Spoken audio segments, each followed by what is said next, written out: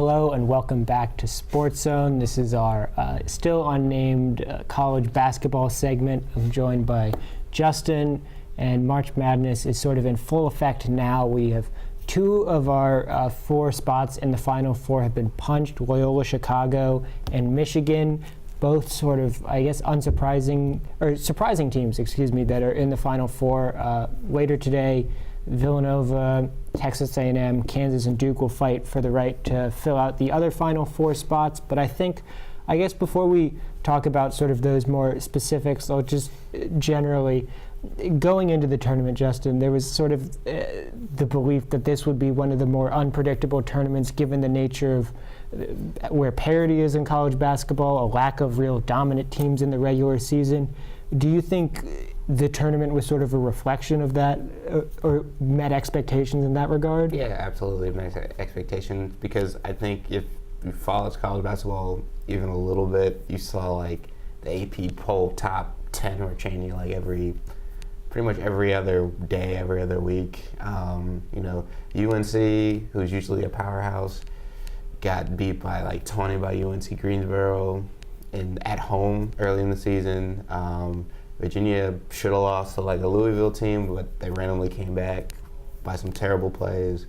The season was really all over the place. There was really no dominant team. I think everybody thought, Virginia was probably the closest we were going to get to dominant. There were some fool's goals in there with Arizona winning the Pac-12 title in a dominant fashion the way they did, but there was no clear-cut dominant team. There was no Kentucky Anthony Davis freshman superstar-laden team, but there was also no like old school Tyler Hansbrough, Ty Lawson, where everything just clicking right for a team and going in like this is the number one team in the country. There was none of that, and it kind of played out in the tournament clearly the way Virginia lost to UMBC in the first round.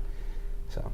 Yeah, as you mentioned, UMBC, the first ever 16 seed to beat a 1 seed. I think that'll probably be the lasting legacy of this tournament, regardless of who wins it or anything else that happens. Sort of might be a where were you when that happened type moment when we look back. But that certainly hasn't been the only upset. You mentioned Arizona was upset in the first round by Buffalo.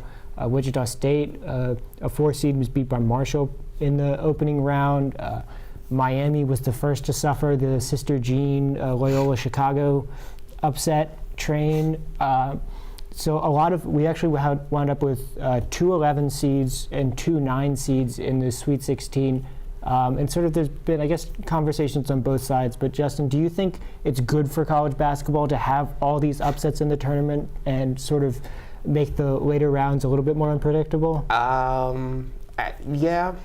think it's good because it gives the whole point of Cinderella and stuff like that. I do think you wouldn't want like a dominant team. Like I always want somebody to root for. I mean, Duke is usually always that, but sometimes you do want like the dominant team. Like I thought Michigan State going into the year would be the dominant team because they returned Miles Bridges and they have Jaren Jackson, and they pretty much returning 3 other starters, and they had 2 top draft picks. I thought they were going to be the dominant team that everybody either is rallying around because everybody's like they're going to be so great or going to be dominant.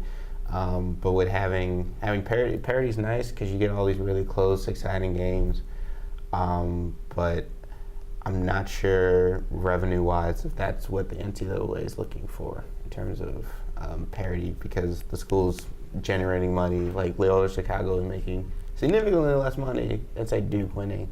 So I don't know. And then you also had Syracuse get in the tournament where Middle Tennessee State didn't. So I don't know how much parity is going into play with there, because Middle Tennessee State really only had 1 bad loss all year, and Duke was pretty bad during the regular season. So.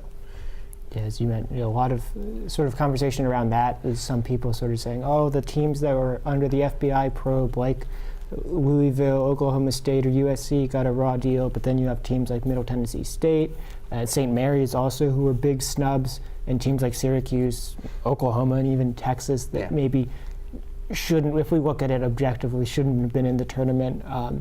Some teams fared better than others. Syracuse obviously making a run to the Sweet 16. But I feel like every year there's going to be those conversations about teams that were left in and teams that were left out. shifting gears a little bit in terms of the teams, the 6 teams that are left now, I guess we'll sort of shift the conversation to the team that sort of has the best chance to lift the trophy in San Antonio in 2 weeks. Justin, do you think there's a team sort of that jumps off the page as the best team left in the tournament? I mean, the best team on paper is clearly Villanova. They have Jalen Brunson, Michael Bridges. They're pretty deep. They go about 8 or 9 deep. Most experience, probably the National Player of the Year, and Jalen Brunson. They did it 2 years ago with the Stunner. They're returning a good amount of that core back. They're the favorites. They have the most experience, best coach, I think, left outside of Coach K. So if there was a favorite, it's them. But this tournament, anything can happen. So.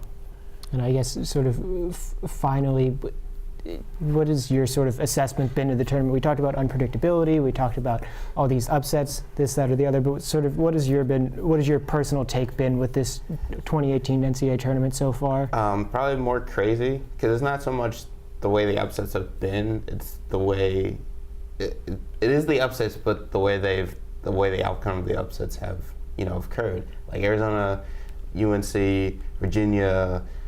All got destroyed. It wasn't like they lost by 5 or a buzzer beater. They lost by 20, 18, or they came back and made it like a 10-point game, but it was clearly out of hand throughout most of the game, and it was just like those points you chalk up. Like, they got dominated. Most of those early games, those early losses, like the UNC loss, were all beatdowns. So it's more interesting to see what may have caused that, because I'm happy we had the Cinderella. I'm just surprised like how bad these teams that I thought were so dominant or at least should have been competitive just didn't fare well at all in the tournament. And I wonder if that's just the way the AAU system set up, college basketball set up. I don't know, maybe it's the half system. I think women's basketball does a better job of having quarters. I think they play the system a lot better. Jay Billis says that like women's basketball is just better structured overall than men's. Maybe that's something to look into, but it's surprising how like bad some of these games have been, where you're expecting it to either be close or completely turn like a 180. So.